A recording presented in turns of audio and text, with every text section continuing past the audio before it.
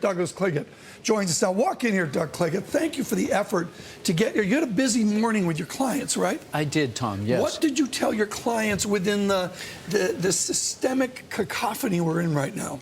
Well, I think one thing we focus a lot on, we've seen, I guess, what could be called a fairly violent sector rotation within the equity markets.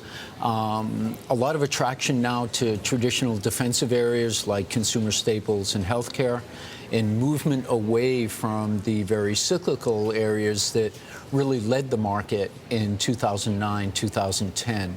So we're talking a lot about how far are we into this rotation, how long is it going to last. Our guess is it lasts well into summer, that there's a lot of factors that are driving it. A lot of factors. I like that. Let's go to dreaded first chart. The banks missed the rotation.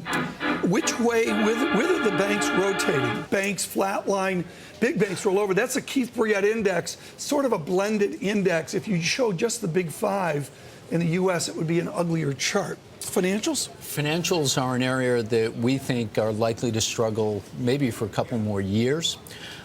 Each market cycle has its darling and its stepchild. And in the prior cycle, it was technology. Usually you go from star to laggard. In the cycle, 2002 to 2007, financials were star. We think in this cycle they're going to be a relentless laggard. On a nominal GDP basis, can they get the oomph out there in the American economy to keep the bank revenue stream going, or at least growing? That's exactly the issue, Tom. There's very little organic revenue growth, not just for banks, Jeff but more Immelt broadly. loves that phrase. GE loves that, don't they? Organic. What's organic? Jargon alert. Organic revenue growth. Rachel Lane, I hope you're watching. It means growth you're not buying. It means growth that the businesses you have today are generating. Right. And when you look at various metrics, we like to look at the level of loans on bank balance sheets relative to GDP. They're still at an extraordinarily high level. And so we think as they normalize, as balance sheets normalize relative to the size of the economy, you're just not going to be able to get revenue growth. In honor of you, Doug, and with your blue shirt today, we're inaugurating. It's a Cliggott inauguration. Surveillance Midday. It's a long-term view. Bring it up. I got a tear in my eye. Look at this. Semi-log, Dow Jones, 9 decades. That's from the Bloomberg. We're going to make a whole bunch of these charts, folks. Cliggott will be on daily to explain them to us. How can you bet against the American capitalistic system? Look on a percentage basis. Slope matters. No, don't go to me and Doug. We're ugly. Go to the gorgeous chart. Look at it in the lower left corner, Doug. The depression on a percentage basis. Yes. Nice, Victor. And then come up, Victor. There's the Carter malaise with respect to President Carter. And then there's that boom, 75, and up we go. We've been flat recently. What's going to be the catalyst to give us that 75 to 2,000 good feeling? We need some more time first. I mean, do you hear that roar? That's the art department 2 floors below us screaming over the gorgiosity. That was a beautiful, it's a beautiful. Bring it chart. up again. It's a long-term view. Look at that. Semi-log. Slope matters. Continue. What's it going to take to get going? Well, again, one I think is time. All right, market performance is pretty straightforward.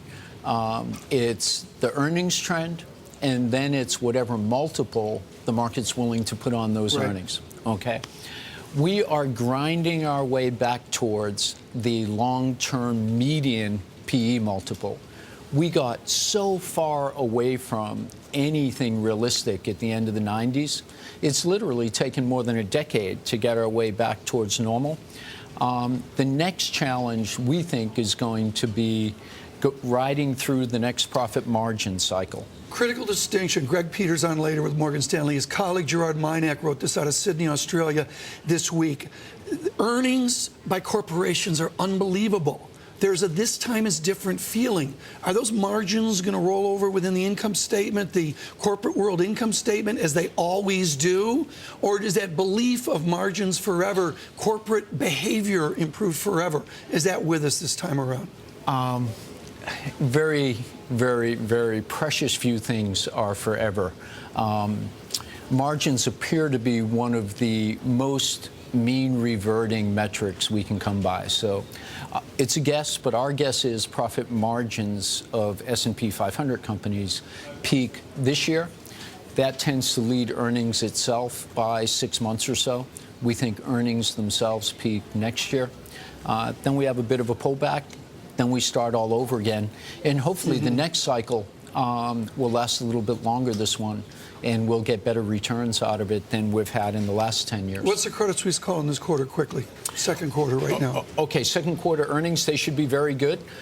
They should be up $2, maybe $3 compared to the first quarter. Remarkable. Remember, what's going to really benefit us this time around is a weak dollar. Dollar versus the euro was pretty flat in Q1, but it's looking now like the dollar could be as much as 15% lower versus where we were a year ago. We're going to look at Douglas Cliggott with us here as our guest host, and we get wisdom. Chart 3, bring it up. That's not chart 3, Rex. There's chart 3. John Deere is far off the mean. Bring up this chart. Look at it down here, Doug Cliggott. This is remarkable.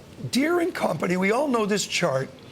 I mean, if you believe in reversion to the mean, those earnings and those margins are going to come back down at some point.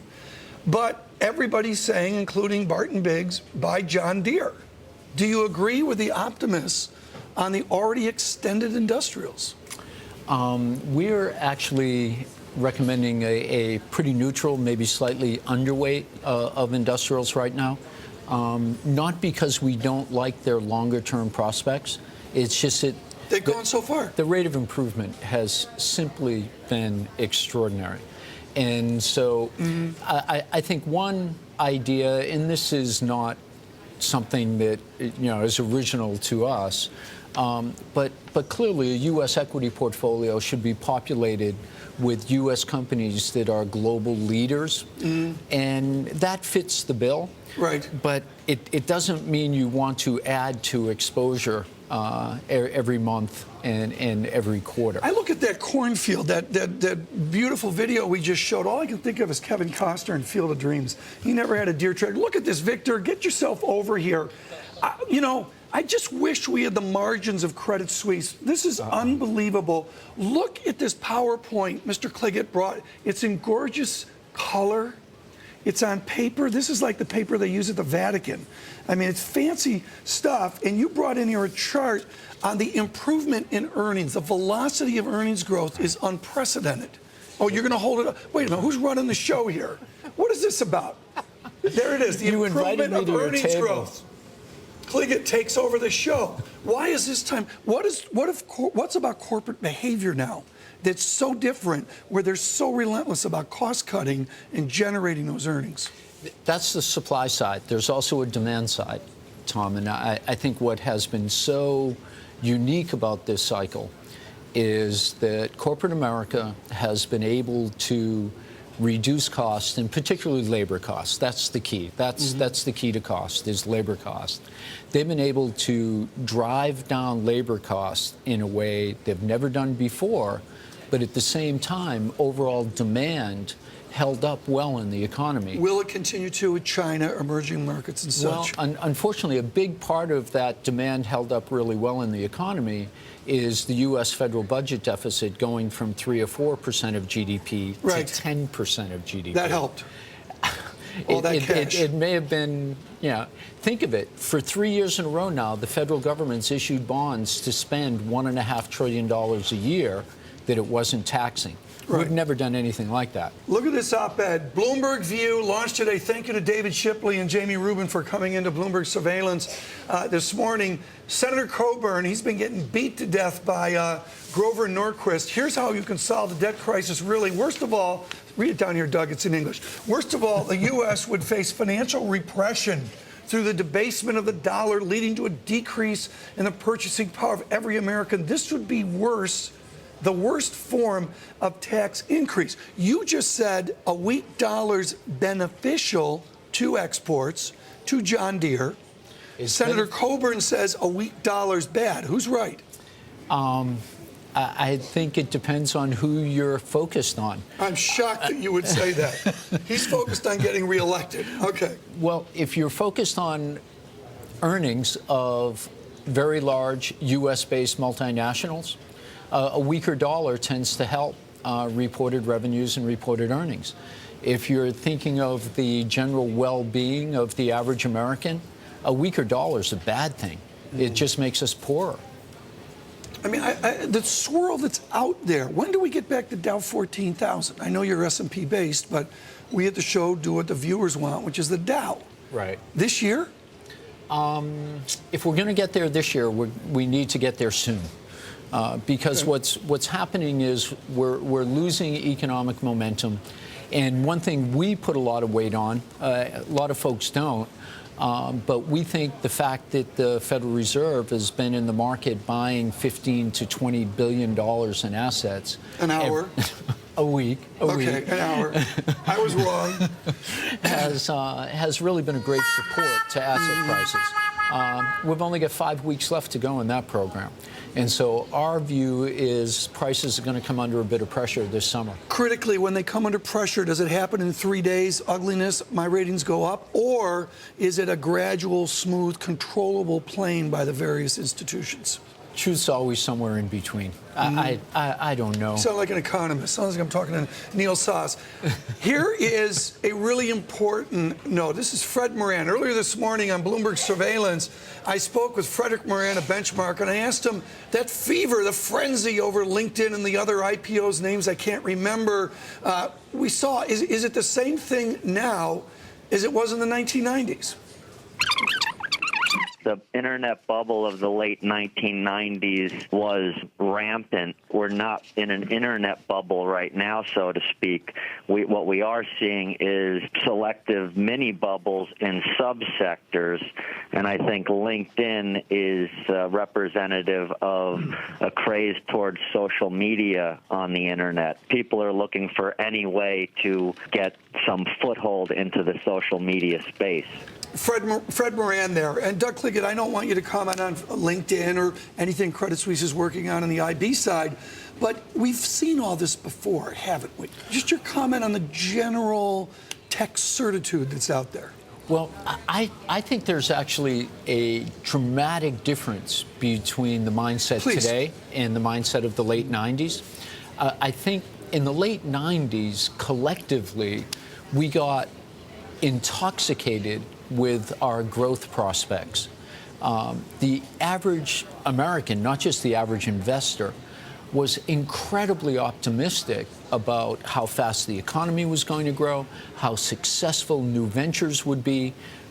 We really... And now? Now, people are pretty uncomfortable about how sluggish growth is. We can't seem to get real GDP growth above 2%. We're getting any growth in employment seems to be like pulling teeth.